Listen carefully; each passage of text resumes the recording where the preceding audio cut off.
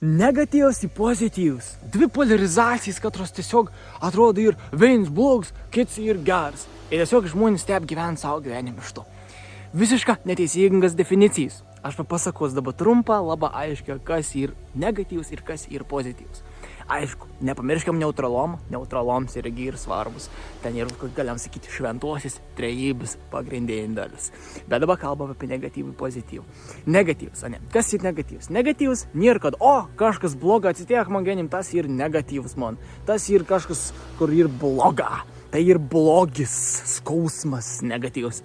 Didžioji dalis žmonių taip galvoja. Ne. Negatyvus nėra būtent tai. Negatyvo definicija yra kažkas, kas atjung, kažkas, kas atim, kažkas, kas sunaikin. O pozityvus yra visiškai atvirkščiai to. Pozityvus yra kažkas, kas sukuria, kažkas, kas sujungia, leidžia tekėti.